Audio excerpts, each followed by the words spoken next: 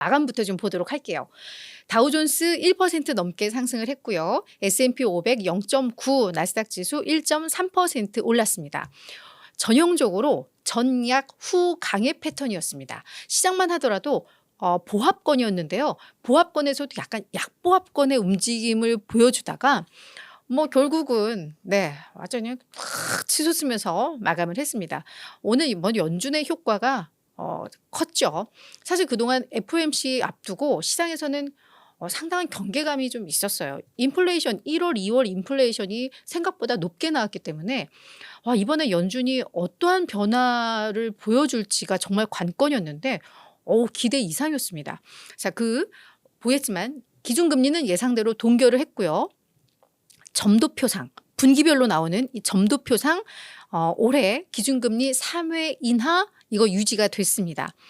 이렇게 되면서 오늘 기술주 진영들이 많이 올랐어요. 그러면서 나스닥 지수가 더 많이 올랐고 특히나 S&P 500은 지수가 5,200이죠. 네, 사상 처음으로 또 5,200 찍으면서 사상 최고가 찍었습니다. 오늘 이 증시 상승에 대해서 쉿 인베스트먼트 아소시에이트의 뭐가 이렇게 어려워. 브라이스 도티라는 이 포트폴리오 매니저가 뭐라고 이야기를 했냐면요. 이 시장의 즉각적인 반응이 딱 나왔잖아요. 이거에 대해서 이것은 안도감이다라고 이야기를 하고 있습니다. 투자자들은 연준이 올해 금리 인하를 철회하거나 조금 더 횟수를 줄일 것이라고 우려를 하고 있었기 때문에 그냥 3번의 금리 인하를 유지하는 것 그 자체가 너무 큰 호재였다라고 이야기를 하고 있습니다. 그쵸. 저희 아마 이거 2번으로 줄일 수도 있을 거란 얘기가 나와요라고 우리 계속 이야기했던 것처럼 시장은 이미 그렇게 긴장을 하고 있었는데 3회를 딱 그냥 유지를 하니까 시장은 그냥 이 자체가 너무 큰 호재가 됐다라고 해석을 해보면 될 것 같습니다. 자, 시장에 안도감을 준 연준 그 내용을 보자면 기준금리는 5.25에서 5.5%로 만장일치 동결을 했습니다. 성명서의 변화는 조금 있었어요. 근데 이건 거의 월가에서 일부에서는 거의 복붙 수준이었다. 아주 약간의 변화만 있었다라고 하는데 고용과 성장에 대해서 지난번 성명서에서는 둔화되고 있다라고 이야기를 좀 했었거든요. 그렇지만 이게 강화되고 있다로. 왜냐하면 고용시장은 여전히 너무 탄탄하고 경제 성장도 괜찮죠. 그래서 경제에 대한 연준의 판단이 조금 더 강해졌다라고 이제 보기 시작했다라는 거죠. 요 정도만 변화가 있었습니다.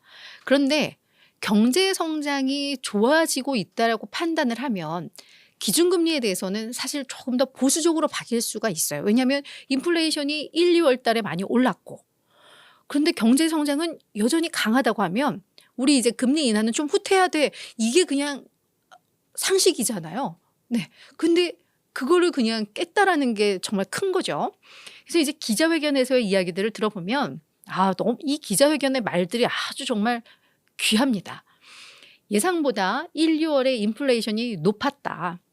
그렇다고 해서 이게 전체적인 흐름을 바꾸지는 않는다. 네. 인플레이션이 그래도 완화되고 있는 그 경로를 이탈한 건 아니다라고 판단을 하고 있는 거죠.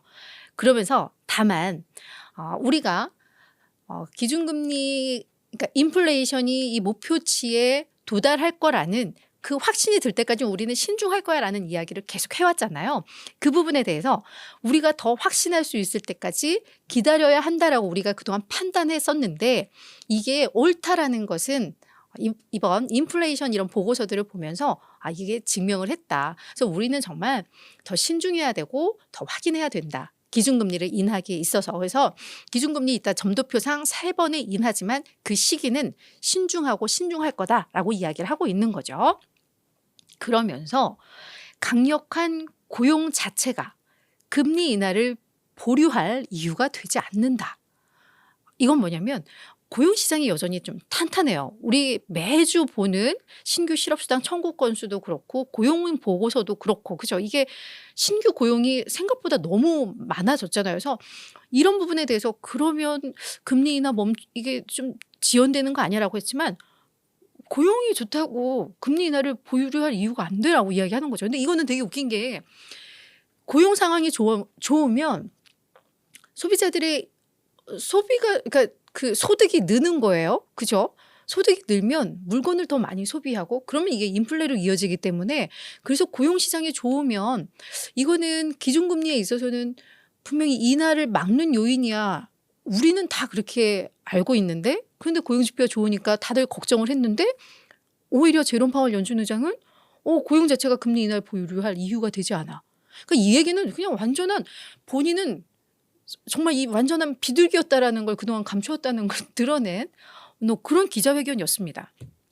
자, 그리고 이제 경제 전망한 내용들도 보시면 정말 이것도 정말 재미있는데요. 올해 GDP 성장률에 대한 전망치를 지난 12월에는 1.4%, 그러니까 2024년 GDP를 1.4%로 봤는데 이걸 2.1로 높였습니다. 경제 상황이 생각보다 더 좋아질 것으로 예상을 한다라는 거죠. 그리고 실업률은 지난 12월에는 4.1%로 예상했는데 이번에는 4%로 낮췄어요. 경제에 대한 전망이 계속 높아졌다는 거 계속 확인이 되고요. 그리고 연준은 CPI보다 개인 소비지출 물가지수를 더 중요시한다고 했잖아요. 그래서 요 헤드라인 PC 요 지표는 2.4, 2.4 동일하게 유지는 했습니다만 근원 그러니까 코어 PC 그래서 변동성이 큰 뭐 식료품, 에너지를 제외한 요 핵심 근원 PCE에 대한 전망치 올해 전망치는 오히려 높였어요. 경제 상황 좋고 물가 수준 조금 더 높아질 것 같아. 그럼에도 불구하고 연준의 기준금리 요 전망치는 4.6. 이건 지금 우리가 5.25에서 5.5니까 5.4인데 이걸 4.6이면 기준금리 3번 인하한다라는 거거든요. 그러니까 이게 경제 전망 높이고 물가 전망도 높이면서 기준금리 인하 횟수는 유지했네. 이거 정말 큰 거였죠. 그죠?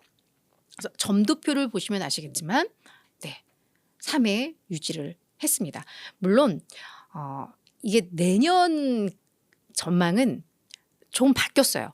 원래 지난 12월에 2024년에는 3번 인하하고 2025년에는 한 4번 인하하고 이러면서 궁극적으로는 금리가 한 2.6%까지 낮아질 거야 이랬는데 지금은 올해 3번 인하하고 내년에도 약 3번 인하하는 걸로 약간의 미세한 변화가 좀 있었는데 이번에 이 점도표를 찍은 연준 인사 19명 중에 올해 올해 금리 전망한 그 흐름을 봤더니 9명이 한 3회 인하한다. 이게 빨간색으로 제가 네모 쳐놨죠.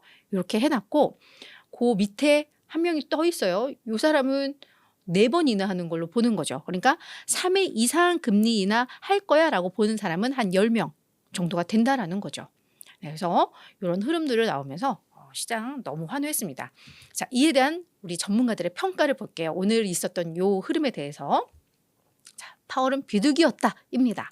프린서플 에셋 매니지먼트의 신마샤 수석 글로벌 전략가는 파월은 금리를 인하할 이유보다는 금리를 인하하지 않을 이유가 필요해 보인다. 방향성은 그냥 금리 인하라는 거예요. 그래서 내가 이러이러한 이유 때문에 금리를 그러니까 이게 무슨 말인지는 이해가 되죠. 그죠?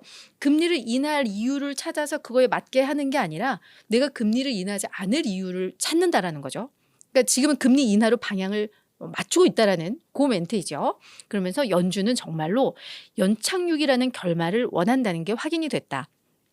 원래 연준은 물가 잡는 거지만 물가도 잡으면서 경제 상황도 망가뜨리지 않는 그거를 기다린다는 정말 베스트의 그 결과를 기다린다라는 게 확인이 됐다라고 이야기를 했고요.